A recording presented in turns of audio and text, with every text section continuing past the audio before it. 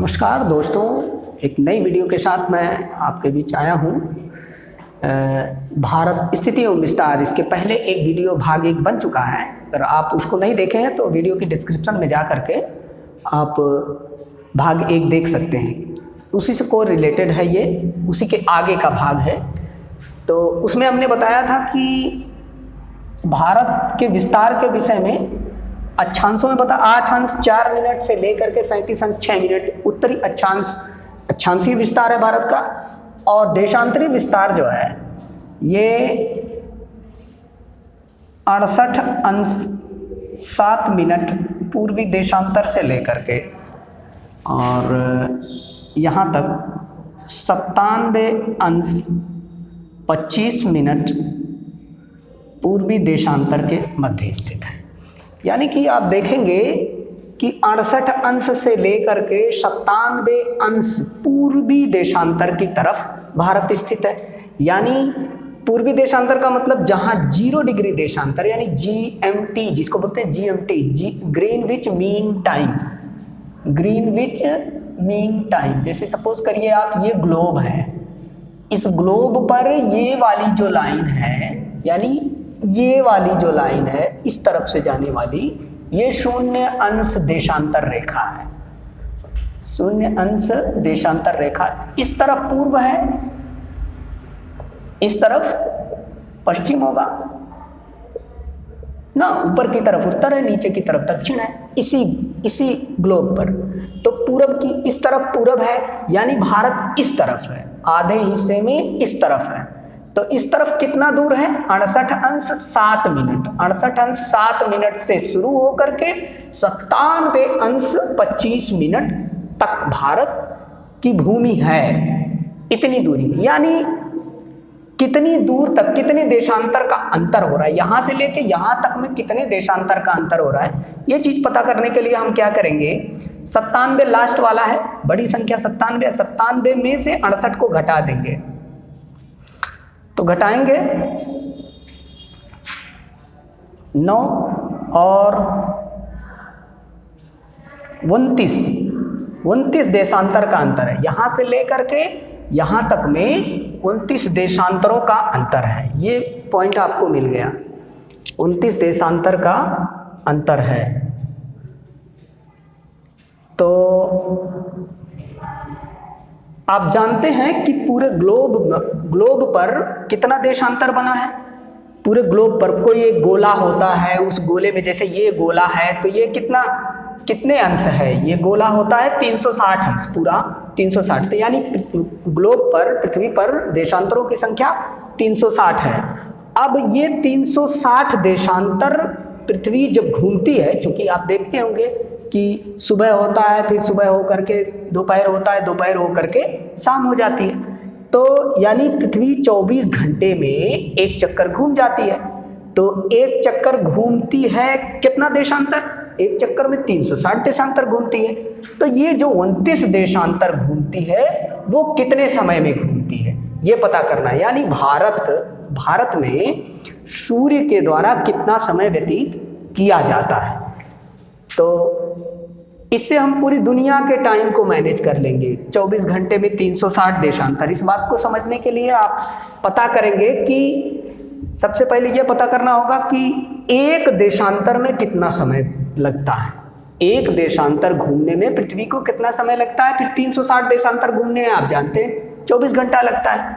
यानी कि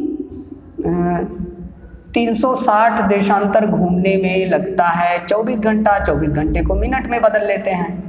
24 घंटे को मिनट में बदलेंगे तो मिनट में बदलने के लिए इसमें 60 से गुणा कर दीजिए। अब इसी को हम लोग हल कर लेते हैं। 0 से 0 कट गया, 6 1 6, 6 छक्का 36, फिर 6 1 6, 6 चौके 24। यानी ऊपर आप 360 देशांतर लिखें, यानी एक देशांतर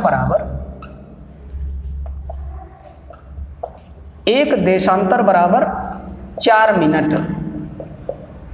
एक देशांतर चलने में पृथ्वी को 4 मिनट का समय लगता है। और आप देख रहे हैं कि भारत में कितने देशांतर का अंतर है। भारत को घूमने में पृथ्वी को कितने देशांतर का समय लगता है? 29 देशांतर का। तो 29 देशांतर घूमने में कितना टाइम लग जाएगा?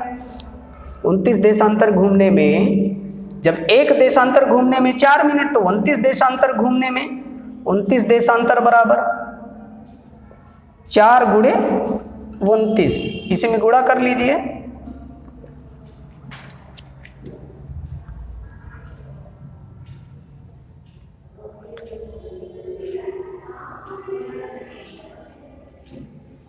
है ना, 4 9 36, यहाँ कितने 4 9 36, 6 हासिल 3 और 4 दूनी 8 3 11, 116 मिनट। ये क्या हो गया 116 मिनट। 116 मिनट का समय लगभग 2 घंटा, 4 मिनट कम 2 घंटे का समय लगता है। यानी सूर्य को या पृथ्वी को अपने अक्ष पर घूमने में 2 घंटे का समय व्यतीत हो जाता है। भारत को पार करने में 2 घंटे का समय व्यतीत हो जाता है। यानी कि लगभग 1 घंटे का समय, यानी कि इससे ये पता चलता है कि जब सूर्योदय होगा पूरब में, अरुणाचल प्रदेश में जब सूर्य उगने लगेगा तो गुजरात के अंतिम भाग पर सूर्योदय होने में कितना समय देर हो जाएगी 2 घंटा, क्योंकि ये पूरब में है, यहाँ सूर्य पहले उगेगा। यहाँ के उगने के बाद यहाँ सूर्योदय होने में 2 घंटे का समय लग जाएगा। तो अब इसलिए यहाँ से यहाँ तक में 2 घंटे का अंतर हो रहा है, लेकिन दोनों जगह की घड़ियां तो एक ही टाइम बताती हैं। ये कैसे? ये इसलिए कि पूरे देश के लिए जो मानक समय है IST, जिसको इंडियन स्टैंडर्ड टाइम जोन बोलते हैं, वो एक निश्चित स्थान से निर्धारित किया गया है और उसका निर्धारण करने के लिए इन दोनों स्थानों के बीच का स्थान चुना जाता है। किसी भी देश की सीमा, किसी भी 2 बाहरी सीमा, किसी भी देश का मानक समय पता करने के लिए उसके दोनों दूर के देशांतरों के बीच का स्थान जो मानक होता है वही मानक, उसका मानक समय बनता है। तो यहाँ का बीच का स्थान कौन सा होगा? जैसे ये 68 है और वो 97 है, इनके बीच की कौन सी देशांतर रेखा होगी, ये पता करने के लिए हमें क्या करना होगा 29, चूंकि यहाँ से यहाँ तक की दूरी 29 है और 29 को 2 भाग में बांट दीजिए ना।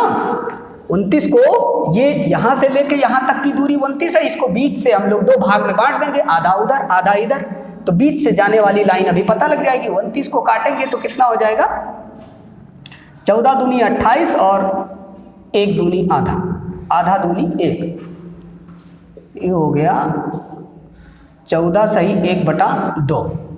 29 का आधा 14 सही 1/2। अब 68 में 14.5 चाहे जोड़ दीजिए, चाहे 97 में से 14.5 घटा देंगे तो वो लाइन आपको मिल जाएगी, ये वाली 82 सही 1/2 अंश पूर्वी देशांतर रेखा।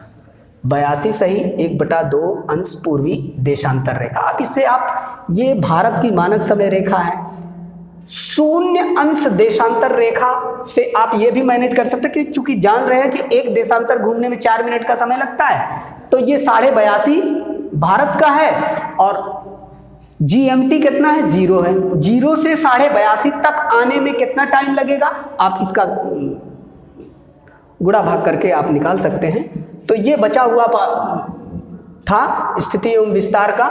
इससे आप विश्व के, दुनिया के किसी भी देश के बारे में, इस समय जैसे भारत की घड़ी में 5 बज रहे हैं तो इस समय अमेरिका की घड़ी में क्या बज रहा होगा, इस समय इंग्लैंड की घड़ी में क्या बज रहा होगा, रूस की घड़ी में क्या बज रहा होगा, आप टाइम इस तरीके से आप निकाल सकते हैं। और इसी के साथ इस वीडियो को हम समाप्त करते हैं। उम्मीद करते हैं आपको पसंद आएगी। बहुत बहुत धन्यवाद।